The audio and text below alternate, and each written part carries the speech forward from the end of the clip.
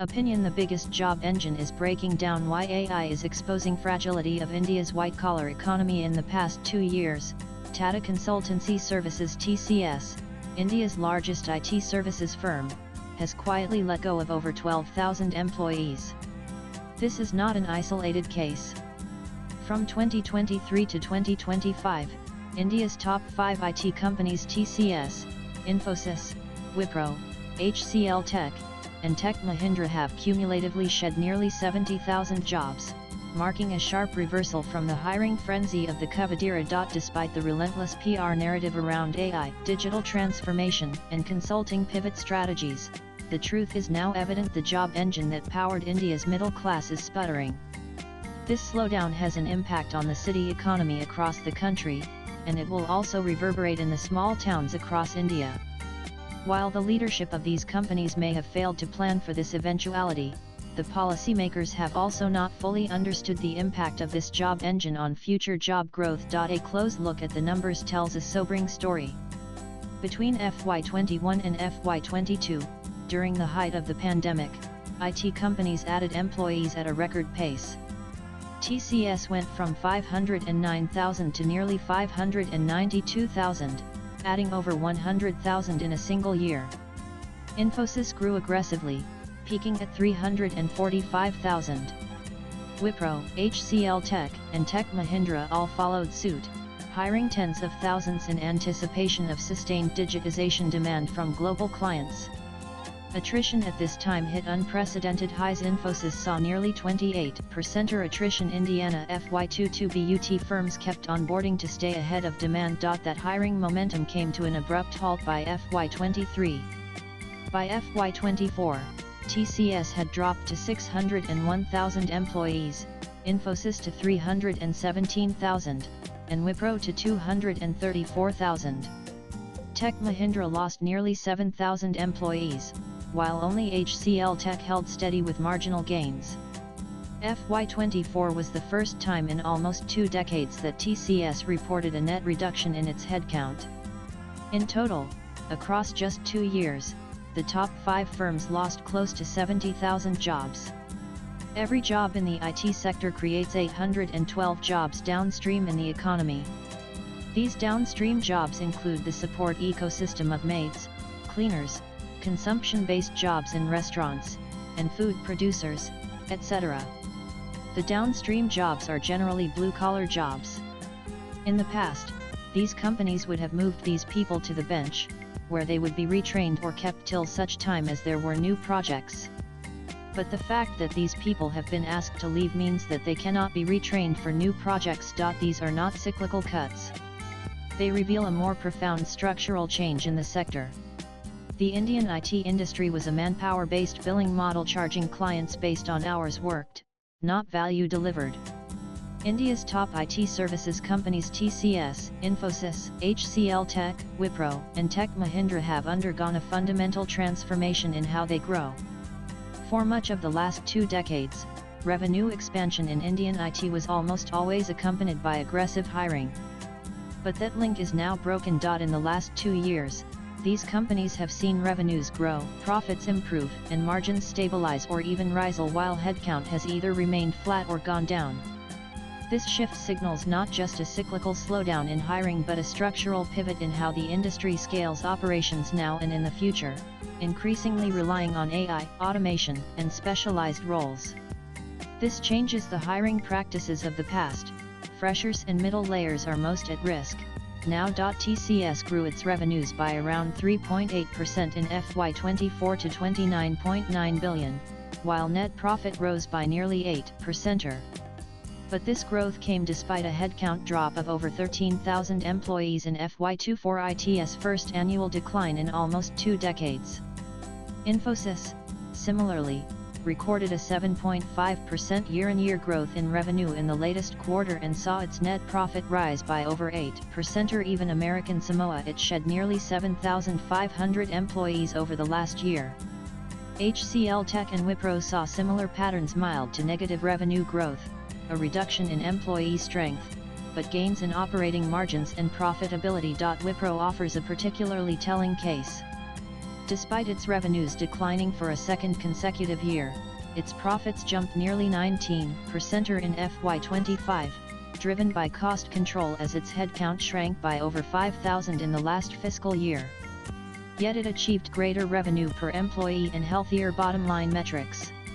Tech Mahindra, too, has been on a cautious headcount trajectory, trimming employees even as it reorients toward higher-margin segments like AI, 5G, and digital transformation. A consistent pattern across all these firms is the rise in revenue per employee, a critical marker of productivity. For TCS, it reached nearly 50,000 for Infosys, over 60,000 and for HCL Tech, a similar level.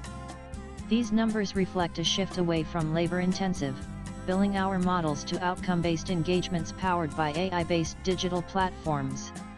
Tools like GitHub Copilot, AIOps, and custom LLM integrations are enabling developers and engineers to deliver more code or value per unit of time, reducing dependency on sheer manpower. This decoupling of revenue from hiring reflects a new stage in the Indian IT industry.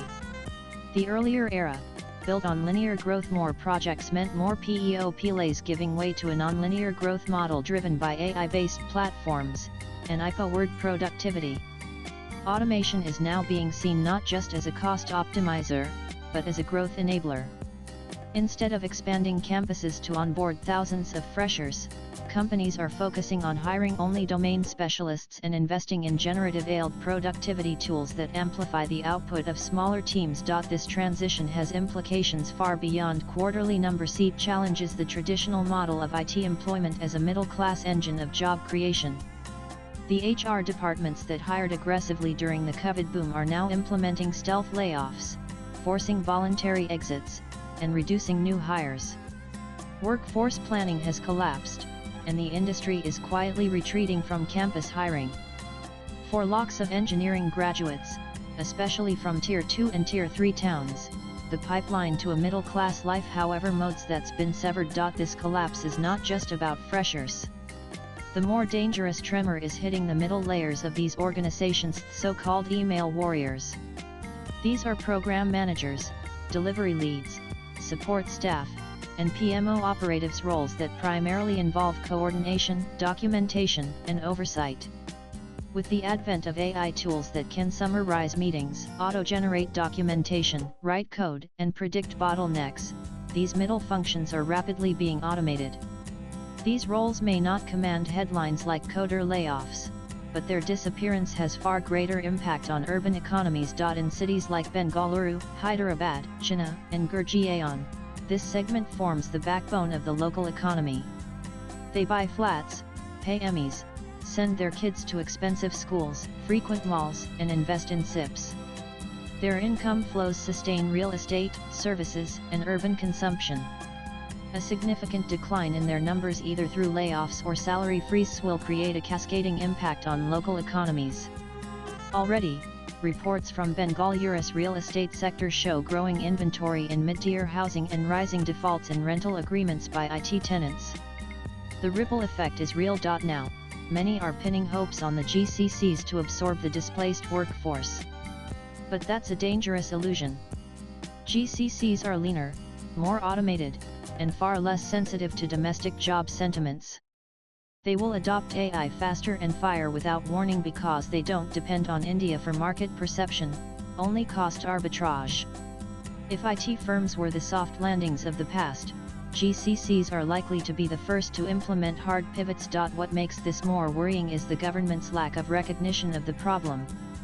White-collar job losses don't show up in unemployment data. EPFO additions still show positives because of lag in contractual workers. There is no granular metric to track job loss in mid-tier urban tech roles. Policymakers continue to peddle a fantasy of AI creating lakhs of jobs. The recent narrative around prompt engineering as a career is one such example. While prompt engineers exist, the role is neither scalable nor foundational.